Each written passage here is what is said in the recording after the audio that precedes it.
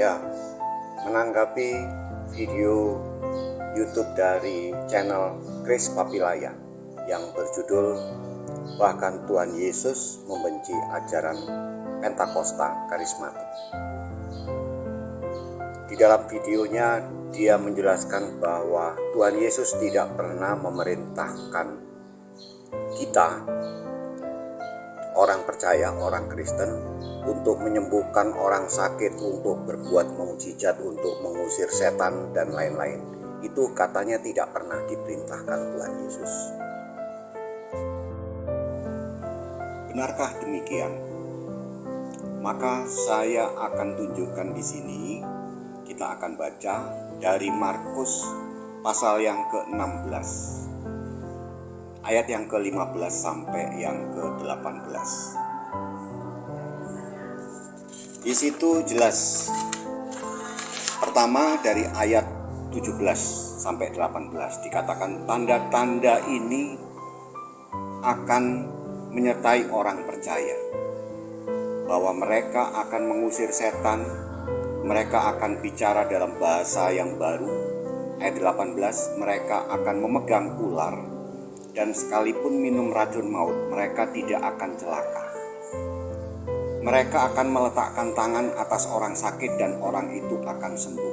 Jelas bahwa ayat ini menunjukkan bahwa tanda-tanda bagi orang percaya adalah mereka memberitakan Injil, kemudian mereka akan mengusir setan, mereka memegang ular, mereka seandainya pun harus minum racun maut, mereka tidak akan celaka. Dan mereka menyembuhkan orang-orang sakit dengan meletakkan tangan atas orang sakit. Lalu Pak Kris berargumen bahwa ayat-ayat itu adalah khusus untuk para rasul. Oh, kalau memang benar itu khusus para rasul, maka ayat 15 apakah logis kalau dikatakan pergilah ke seluruh dunia? Apakah 12 rasul itu mampu menjangkau seluruh dunia untuk memberitakan Injil kepada segala makhluk? Coba lihat ayat 15. Jelas ini tidak nalar, tidak logis. 12 orang untuk pergi ke seluruh dunia memberitakan Injil.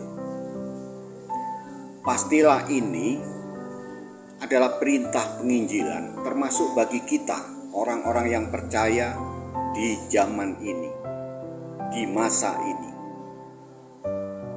Itu perintah kepada kita semua, orang-orang percaya, untuk menjangkau seluruh dunia. Itu baru masuk akal, baru nalar. Dan ayat 16 dikatakan, siapa yang percaya dan dibaptis akan diselamatkan. Jelas ayat 16 sudah ada pembagian. Siapakah orang percaya dan siapa yang tidak. Orang percaya inilah, dalam ayat 16 inilah orang percaya yang dimaksud dengan ayat 17. Tanda-tanda ini akan menyertai orang percaya.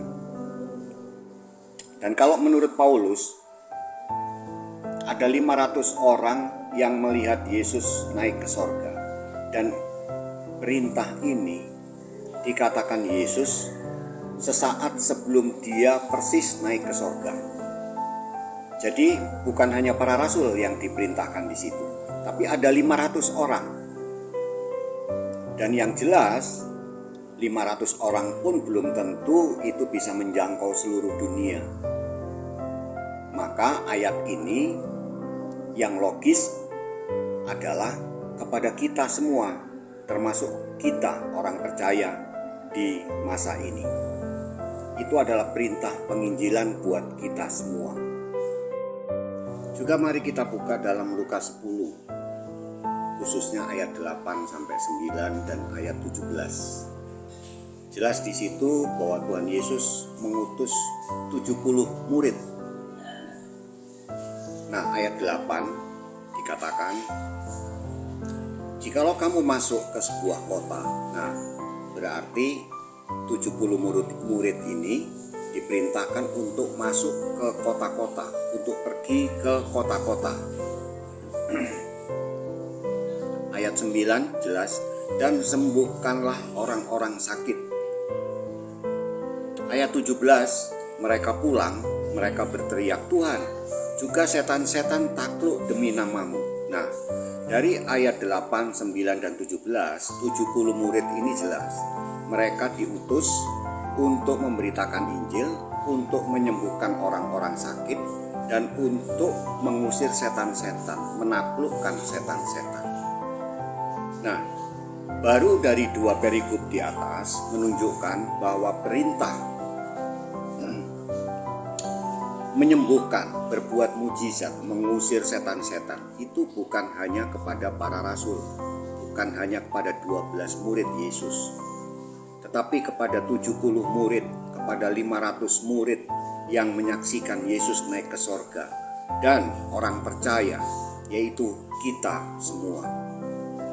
Diperintahkan untuk menyembuhkan orang sakit, untuk memberitakan Injil, untuk mengusir setan-setan. Yakobus mengatakan, lawanlah iblis. Itu nasihat dari Yakobus. Jadi argumen dari Pak Kris ini tidak masuk akal, tidak tepat, tidak ada dasar ayatnya. Nah, ini yang kita tampilkan baru 2 perikop ayat. Jadi jelas dalam 2 perikop tersebut ada 3 perintah untuk memberitakan Injil, untuk menyembuhkan orang sakit, mengusir setan, dan berbuat mujizat. Perintah itu,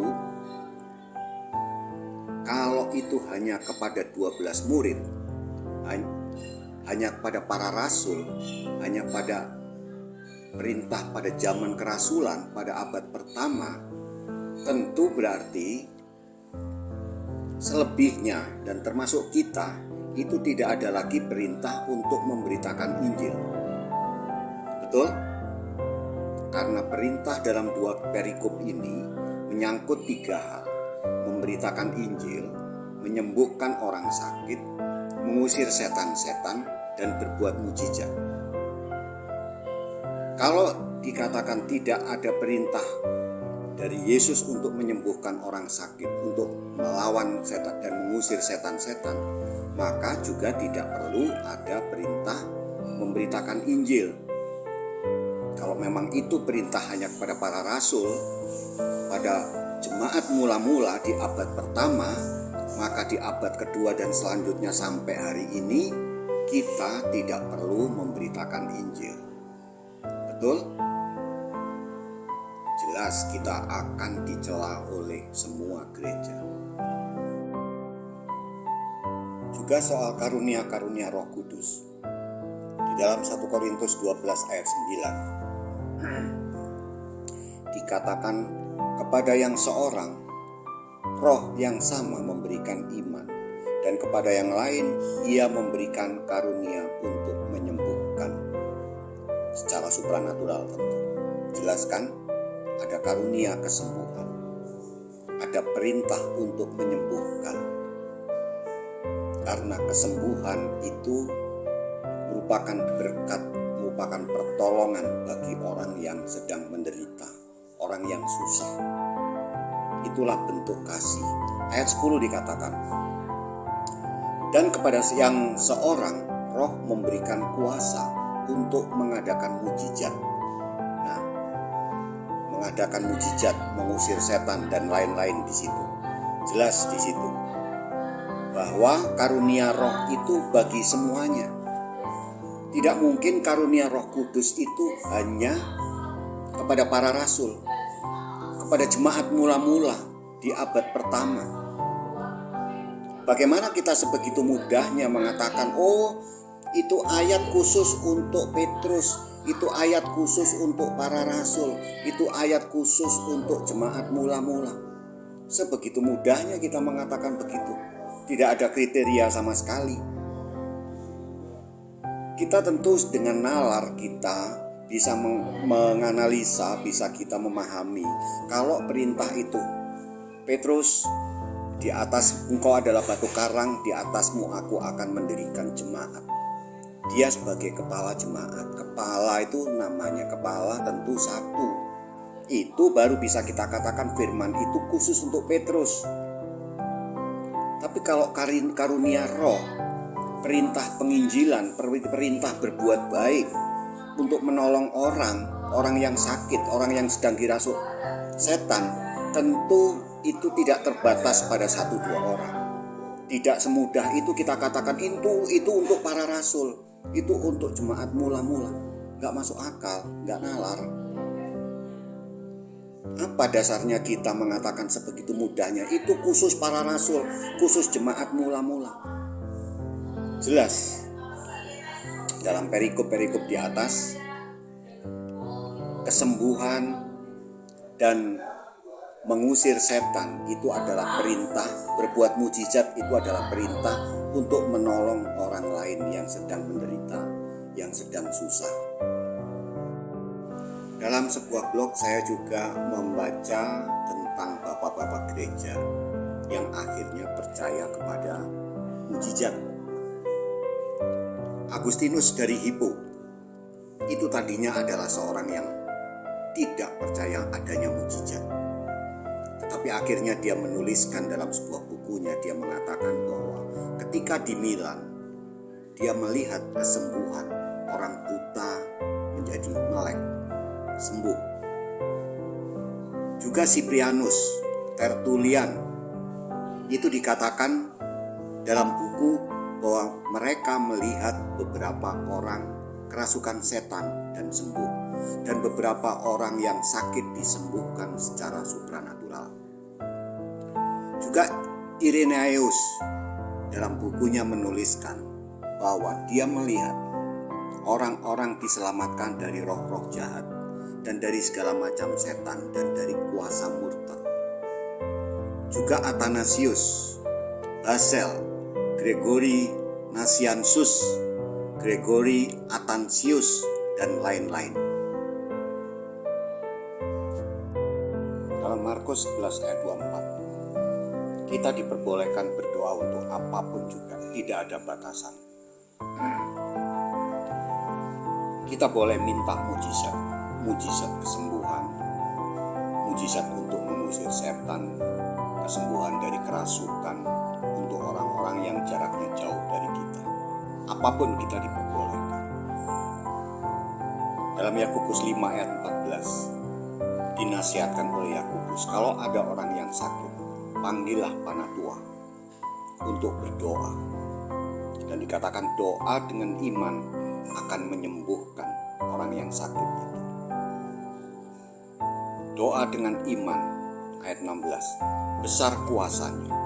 Jadi dalam ayat-ayat di atas, itu berarti bahwa kita harus siap menolong orang lain yang sedang menderita, yang sedang kesusahan, dengan doa kesembuhan, dengan doa mujizat dan segala keperluan. Yakobus 4 ayat 7 diperintahkan untuk lawanlah iblis. Tunduklah kepada Allah dan lawanlah iblis, maka ia akan lari daripadamu. Ya, sebenarnya dari mana asalnya tidak percaya mujizat itu ya? Sebenarnya hanya berasal atau berawal dari takut gagal saat kita memohon atau berdoa untuk mujizat kesembuhan, mujizat pengusiran setan dan mujizat-mujizat yang lain. Ya, kita takut berharap mujizat, kita takut percaya, kita takut beriman, takut jika tidak terjadi atau gagal. Akhirnya ketakutan gagal itu jadi sebuah prinsip kita, dan makin lama prinsip itu membatu, jadi batu yang keras, yang membuat kita bukan saja tidak akan melakukan doa mujizat, tapi bahkan tidak setuju dan mengatakan sesat atas orang-orang yang berani berdoa untuk mujizat. Ya, sehingga itu semua menjadi sebuah paradigma kita paradigma atau pandangan kita yang akhirnya membatasi penafsiran kita atas ayat-ayat Alkitab perihal mujizat.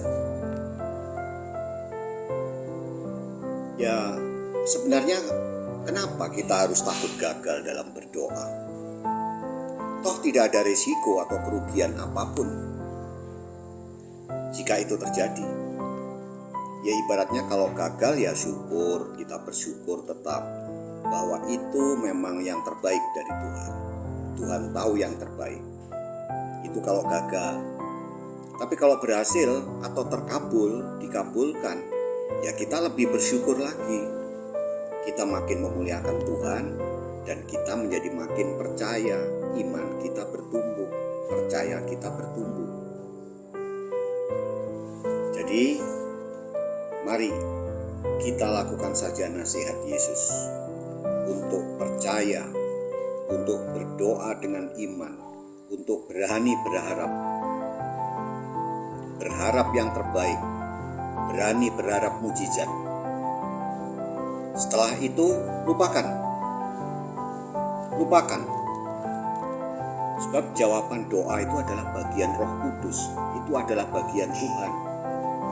Kita hanya melakukan bagian kita atas nasihat Yesus, atas perintah Yesus dan para rasul.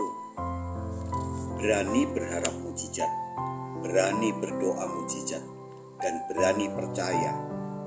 Berani percaya pasti terjadi. Setelah itu lupakan. Kita lupakan, benar-benar kita lupakan. Sebab selanjutnya setelah doa itu adalah bagian Tuhan. Bagian Roh Kudus. Tuhan Yesus memberkati.